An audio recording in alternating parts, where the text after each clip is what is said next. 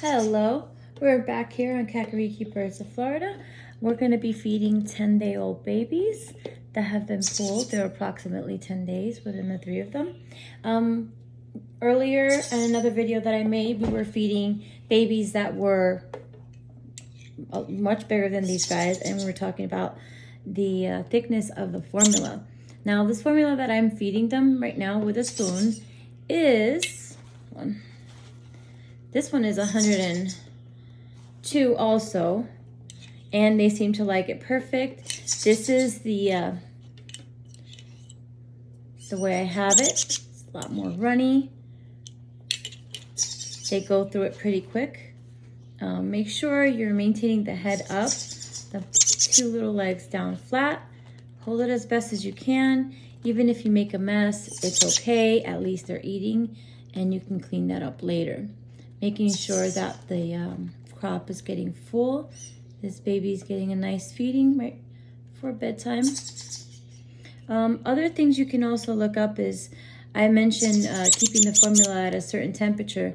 There are baby bottle warmers that show the temperature and have a timer and everything. They're not that expensive off of Amazon. Those can actually maintain the temperature, so that way if you just keep the food like afloat in a plastic container in the baby bottle warmer, you don't have to worry about the temperature dropping. Okay, that's very important. Now this baby is full. This baby is full already, as you can see. This is to the side. Let's see. Pull the little wings. Oh, okay. Yeah, I broke my nail fixing a cage today. And we're gonna go again for baby number 2.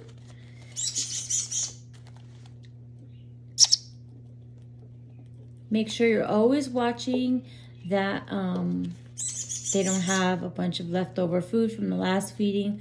That could be a sign of sauerkraut, infection, build up bacteria. Everybody has a different way of saying it. I feed a high fat. I use KT. You don't have to use KT. Everybody has a different preference. Most important thing is that they are fed. These guys are getting fed like every 3 hours is the furthest that I push it. And it's good enough, and it's keeping them up really well. And I just pulled these. I just pulled them from the nest a few days ago. So I want to say that now, to be exact, it's been about 3 days, and they're doing awesome. They're holding up really good, nice and strong. There's still one more left in the nest, which looks like a little cinnamon pie. Not cinnamon pie. It's too tiny. I thought it would be best just to take these guys out, because I have more coming, as I mentioned. I have more coming, and I want to give these guys a little bit of individual TLC. And they're all really good eaters. When you don't have a good eater in the beginning, just give it some time when you first pull it out. Sometimes they don't adapt right away.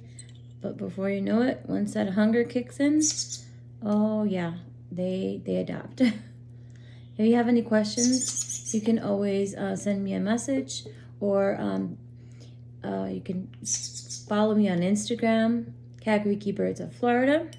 I'm on Facebook as well, Kakariki Birds of Florida on Facebook. It's public. You're welcome to inbox me or text me or give me a call. I'm always open to answer as many questions as I can and help people out who actually may have a baby or may be rescuing a baby, and it doesn't have to be a Kakariki. So it could be another baby bird that have had experience feeding babies for a very long time.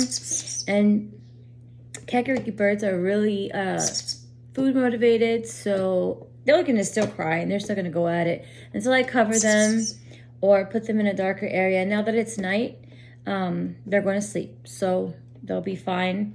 But yes, if you have any questions in regards to Kakarikis especially, I'll be more than glad to answer. If it's not about a Kakariki, that's okay. As long as it's about a bird, I'd be more than happy to answer any questions. Please subscribe below and give it a thumbs up.